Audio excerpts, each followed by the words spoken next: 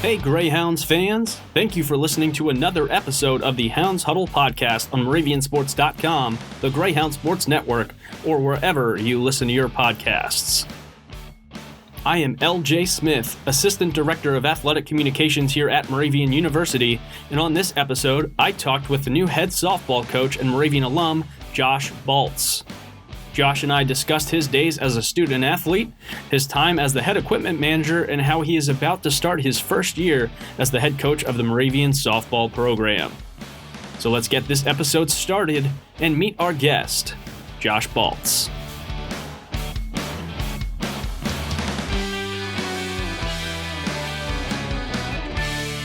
Thank you again for listening to the Hounds Huddle podcast on MoravianSports.com, the Greyhound Sports Network, or wherever you listen to your podcasts. On this episode, I have the new softball head coach, Josh Baltz. How are you doing today, Josh? Doing well. Thanks for having me. Of course. Thanks for taking some time to record an episode, and we'll kind of recap your journey throughout childhood all the way through your playing career here at Moravian and what ultimately led you to this position as the new softball head coach. So let's get right into it. We'll start back as a kid. What sports did you play growing up? Yeah, so I was a middle of two brothers. So I had two brothers. We're all 3 years apart. So I have an older brother, a younger brother. And, the old adage of, we played outside and didn't have cell phones was our childhood. We played outside until the lights came on and then we came in. But it was a lot of sports, a lot of playing outside with them until you kind of started getting into organized sports a little bit older. How was the rivalry between the three of you? At times, probably not so good, but yeah. But the interactions with them are memories that I have with me now. So you get into the age of organized sports. What sports did you end up playing? Yeah, so I started playing. We played sports year round in my household. So it was football in the fall. I wrestled in the winter, and then I played baseball in the spring, and played those three sports until about 8th grade, where I then decided to just stick with football and baseball. Okay, so you 3-sport athlete, as you're just constantly grinding through and not really having an off season. Was that the same for your brothers, kind of getting that ingrained in you? Yeah, it was a heavily sports-related house. Like, we played sports outside, that led to sports inside. Mm-hmm. Always throwing the ball around or doing something outside with them. So, yeah, it was ingrained from a young age of, having that sport background. And I think my mom wanting us to get out of the house. So she used sports as a way to do that. Mm-hmm. And then that led to your organized sports and playing it growing up, So you get to high school, you're local, so you grew up in Easton. You get to Easton area high school, and you focus just on football in the fall and baseball in the spring. So what kind of led you to just those two sports, dropping wrestling?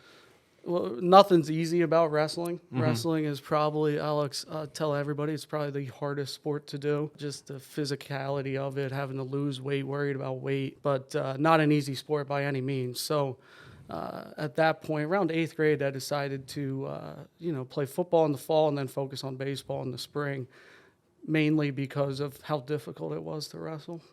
Okay.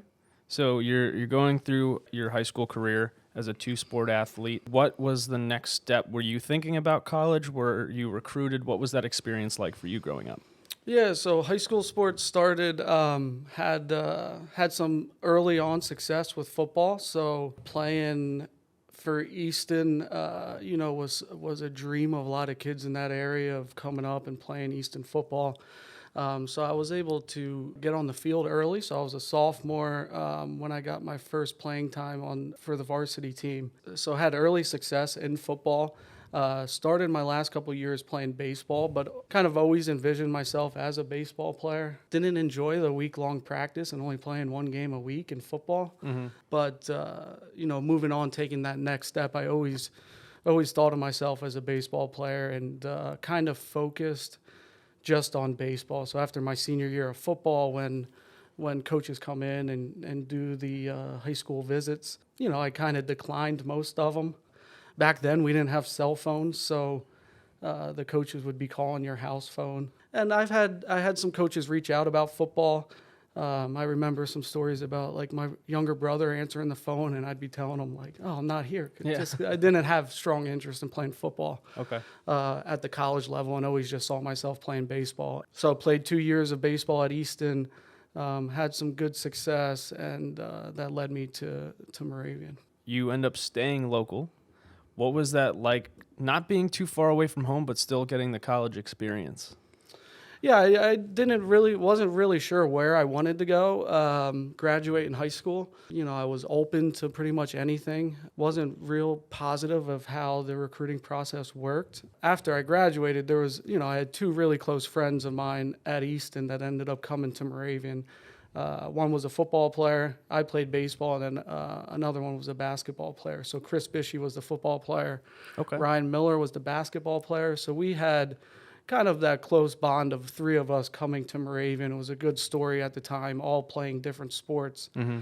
Ryan Miller was my freshman roommate, and Chris I roomed with my sophomore year. Okay. So got to know a lot of different people on campus just because, Chris being involved in football and then Miller being involved in basketball was a good way to just be involved in all of Moravian athletics during my time.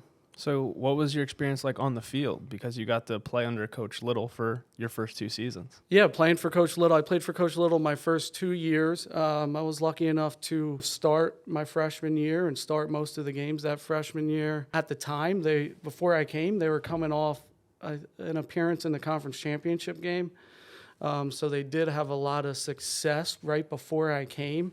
That didn't lead to success early on for us, so we struggled a little bit for those first couple years, and then Coach Engelhardt then became the coach my junior year. Okay. So you experienced a coaching change. What was that like for you? Did you have any experience in dealing with a transition at any point throughout high school? No, not. But you're getting different coaches as you're growing up in high school. So you're your JV coach, your varsity coach, and everybody has a little bit different way of going about things. At the time, we needed a change, and it was a good change for the program, and then that led to a little bit more team success than my second half of my college career. So throughout your time at Moravian, did you participate in any type of summer ball or anything else to keep you preoccupied during the off season? Yeah, being a college baseball player, there's tons of opportunities in the summer to play in different leagues. After my freshman year, I actually continued to play for Palmer. It was Legion ball at the time. Okay. So I was young enough for my age to still play Legion baseball. And that was the first year I got to play an actual organized sport with my younger brother. Okay. So I would finish my first year at Moravian. He was a sophomore in high school at the time, or around that age. And that was the first and actually the only time we actually got to play together. Okay. But after my freshman year, my sophomore and junior summers in between there, I played in the ACBL and then also the Blue Mountain League. The ACBL was more your collegiate summer league. At the time, it was a very good league for summer baseball. Played with a bunch of D1 players, a bunch of guys that ended up getting drafted. So it was cool to kind of see their journey and how that played out, knowing that I played with those guys. And then that summer, my junior year was, I got injured at one point that summer, which led to me missing my senior year at Moravian. Wow. So all of these opportunities you're getting to play at Moravian and in summer ball to be sidelined due to an injury. What was that like for you trying to overcome that, knowing that you might have stepped on the field for the last time as a student athlete? Yeah, we didn't know exactly that I was going to miss the entire year until late in my senior year, like the spring of it. By getting another opinion on my ankle. But at that time, I chose to have surgery and everything. So I missed that senior year, and it was hard at the time dealing with that, especially because my brother was a freshman at Moravian at that time. So it would have been, another year where I got to spend playing with him. And also the trajectory of the team at the time, we were playing a lot better baseball and we were winning a lot more games. So it was disappointing at the time not to be able to be out there and not be able to play my senior year. I have a stat here. You collected over 100 hits. You were the 13th player at the time to reach that milestone during your career. What was it like kind of reflecting back on having a positive outlook on how your career went, although just 3 years? Yeah, I think there's ups and downs at different points in your career. Individually, I had some success, hit at the top of the order, had a lot of at-bats. That kind of leads to more hits. But looking back, I was happy with how I performed in those 3 years. And, I wouldn't trade anything, and I enjoyed the 3 years I got to play for Moravian. So you finish your career, your senior year, your sideline, but you get to see your brother participate on the team. What was the next step following graduation? Did you have any plans of what you wanted to do? Was staying involved in sports in your head? I think it was always in the back of my head of wanting to coach at some point or be involved in sports at some level. But when I first graduated, didn't really know what I wanted to do. Took a job doing financial planning for a couple of years. It was all commission-based. That didn't last for very long. And then at that time was when I kind of started, you started your own business, kind of doing lessons, teaching baseball, coaching even softball at the time, doing lessons, but coaching a travel baseball team, which then led to my first job collegiately, which was at Muhlenberg coaching baseball. Okay, so giving lessons and kind of coaching travel ball led you down an avenue to then get your first gig in college athletics. So what was it like at Muhlenberg assisting in a program over there? Yeah, it was a good experience. It's, no matter where you work, you're always, you're getting to work with some different coaches that have different beliefs and handle things a little differently. So I think when I first started there, I compared a lot of it to my time at Moravian with Coach Engelhart, and the lessons that he taught and the things that you learned. So you're always kind of acquiring that information. And then I think in the back of your head, always saying I probably would have handled it this way, or I would have done it this way. So, I think my first couple years, it was just getting experience, working with somebody different, and then trying to acquire as much information as you can to help you out later on in when you get different jobs. So.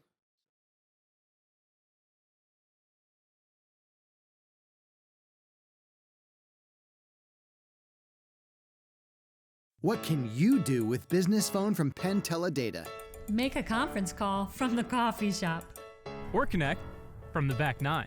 With unlimited phone services, 24-hour support, and mobile synergy, our cloud-based technology makes it easy to do business from anywhere. And we do mean anywhere. No more being stuck in the office. Which is great for everyone, I think. Add cloud-based business phone service from Penn Teledata.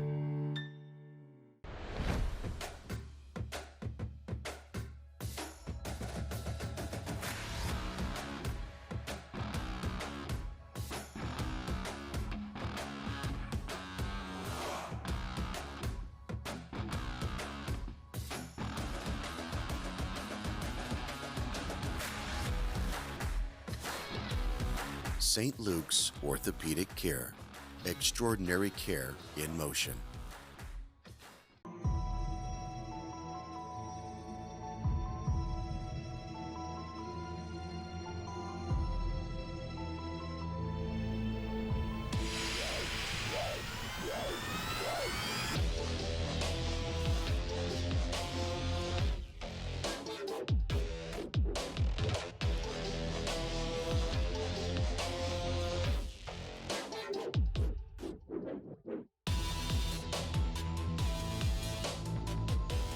Historic Hotel Bethlehem is perfect for any stay. The finely appointed rooms and suites are complemented by excellent dining choices featuring Chef Michael Adams, the tap room for drinks and casual fare, or an upscale dining experience with a view at 1741 on the terrace. For business meetings, visit our Executive Conference Center, stop by our women's boutique for a selection of fashion and jewelry, or grab a cone at our Hotel B ice cream parlor. Historic Hotel Bethlehem is where our history will make the memory of your stay last a lifetime.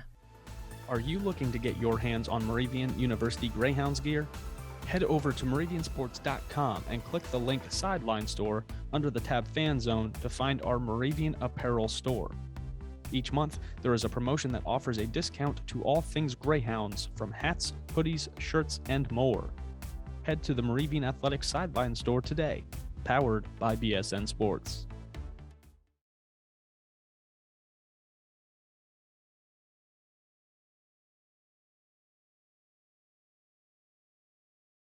You weren't just an assistant baseball coach at Muhlenberg, though. Didn't you take on another role as well? Yes, matched with coaching baseball. I worked in the equipment room, so worked primarily with the football team over there. But that was my first time kind of working in an equipment room setting. Still had like a strong passion and a love for football. So that was able to kind of fulfill that for me with traveling with that football team. And then also the same thing with that, any job, any coach that I was able to interact with from an equipment standpoint also teaches you things along the way. So I was able to see, halftime speeches from Coach Donnelly when he was there, coaching the Mules. So listening to how he interacted with players at halftime or post game. And those were things that I really tried to experience when I was doing some of the equipment stuff. So how long was your tenure over at Muhlenberg? I spent, I think it was 3 or 4 baseball seasons. So I worked for Corey Golf for 2 years, I believe, 2 or 3. And then we went through a coaching change when Corey became the AD at Muhlenberg. So at that time, I applied for the head baseball job at Muhlenberg, which was great experience at the time. And at the time, probably wasn't quite ready to be a head coach. So I was 24, 25 years old. But the experience of applying for that job and going through the process, another lesson that you learn and helps you out along the way.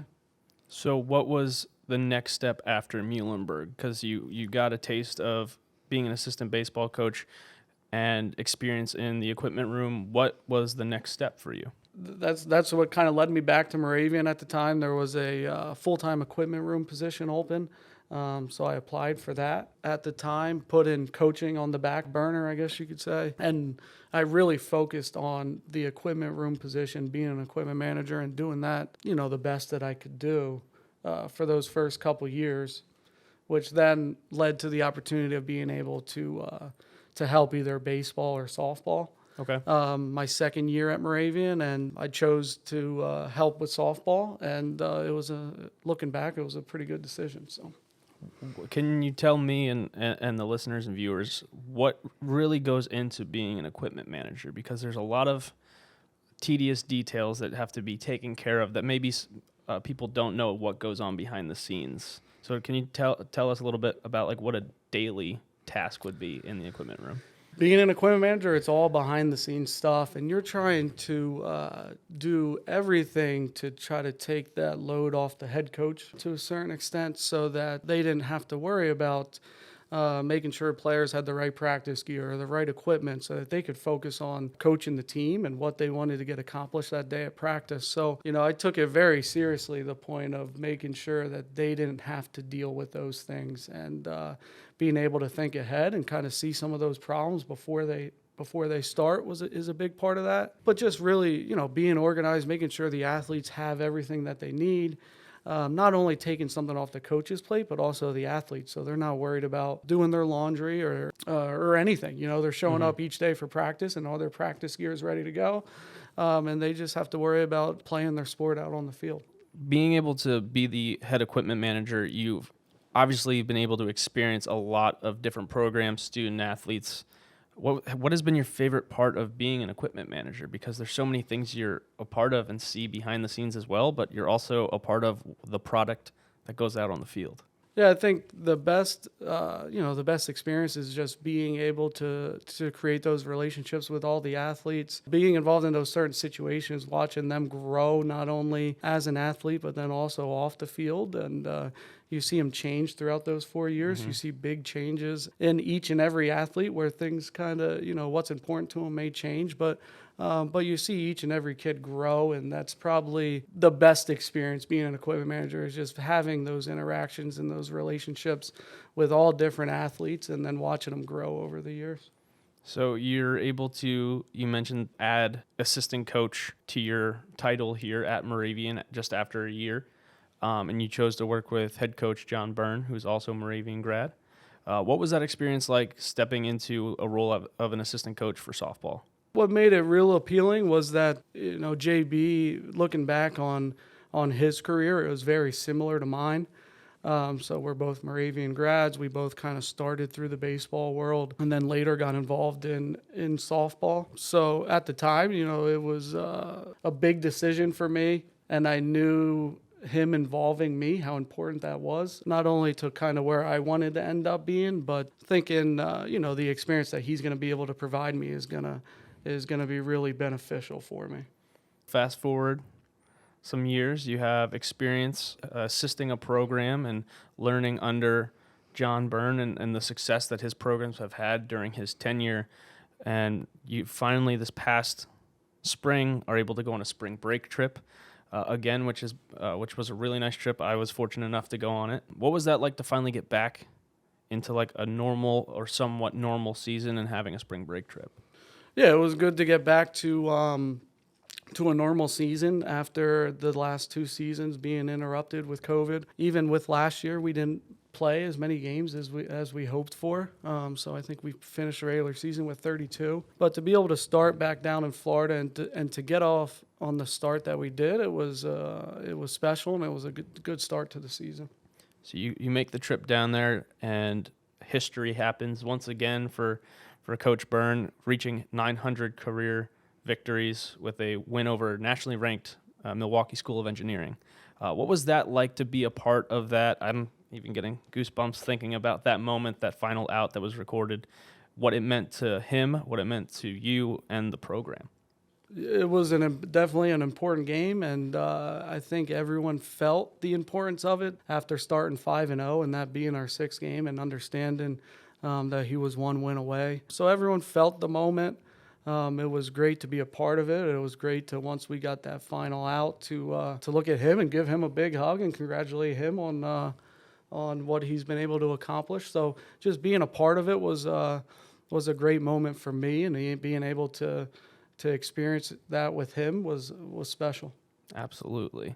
You make your way throughout the season, which leads to another Landmark Conference tournament appearance, and end up at Scranton instead of Susquehanna, weather playing a factor throughout the entire season, but falling short in the championship game. What was that like for the team, knowing that you had a very youthful team this past year with a couple core returners? So what was that like, kind of coming to an end after having such a quality, great season as usual? Definitely didn't end the way we were all hoping. There's only one team that kind of ends their season with a win. But, our first goal is always going to be to win the Landmark Conference Championship. And we weren't able to do that this past year. With that being said, we had a lot of very, very good things that took place on the field. We had a lot of freshmen step up and play big, important roles for us.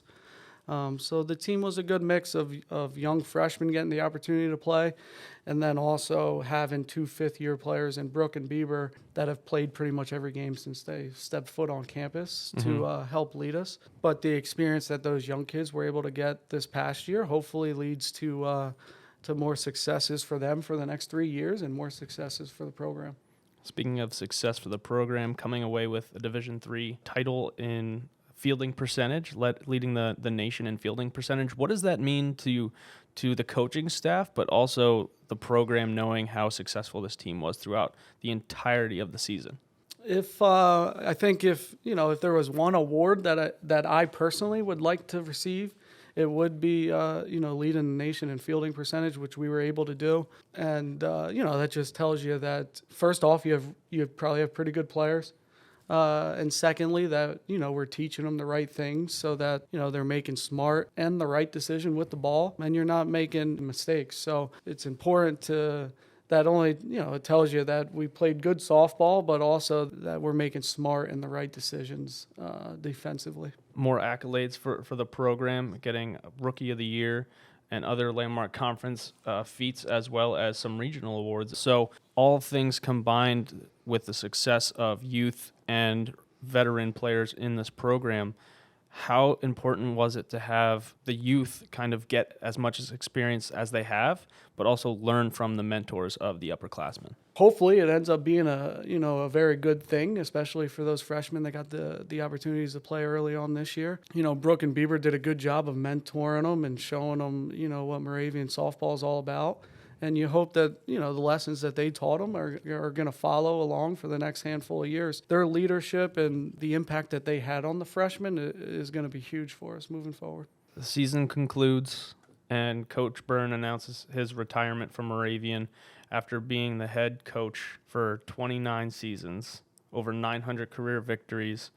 What was it like kind of being a part of this final ride, knowing that it was coming to an end?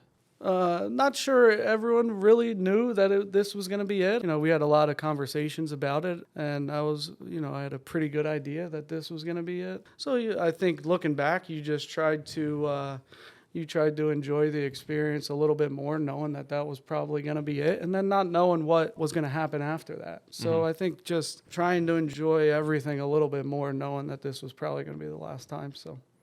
So he finishes his career, and you are named the next head coach of the Moravian University softball program. Has that sunk in yet? Has it finally hit you as we're getting set to have student athletes and school starting? Somewhat. I think it'll ultimately set in when we're out there practicing on the field, or when we're playing our first games. There's first for everything. So the first week of classes, we'll have our first team meeting as me being the head coach, and then there'll be a lot of firsts throughout the year, and I'm looking forward to all those, and hopefully it goes well. We move forward now as you're about to take the reins of the program. Talk a little bit about the newcomers coming into the program, but also key returners that we've alluded to a little bit already. We have a large freshman class, so there's 12 freshmen coming in. So we'll have 24 on the roster. We have a lot of kids that's played a lot for us this past year.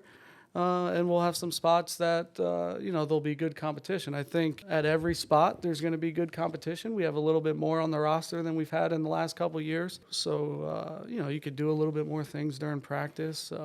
You hope that there's a little bit more competition at some spots to push some people here and there. But I'm excited about the numbers that we have. I'm excited about the group of freshmen that we have coming in.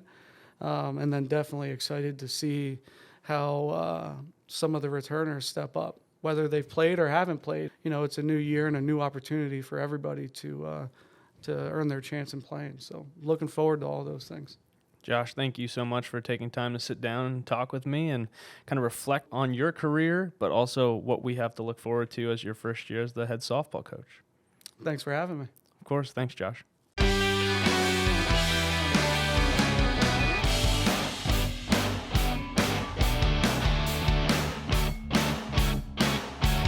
I had a great time talking with Josh Baltz, the new head coach for the Moravian softball squad. We had the opportunity to reflect on his past as a student athlete, his experience as the head equipment manager, and Josh beginning his tenure as the head softball coach at his alma mater. Be sure to follow the softball program on social media at Moravian SB on Twitter and Moravian Softball on Facebook and Instagram. And if you haven't done so already, go ahead and follow Moravian University Athletics as well. That's all I have for you on this episode of the Hounds Huddle podcast. Until next time, I am LJ Smith, signing off.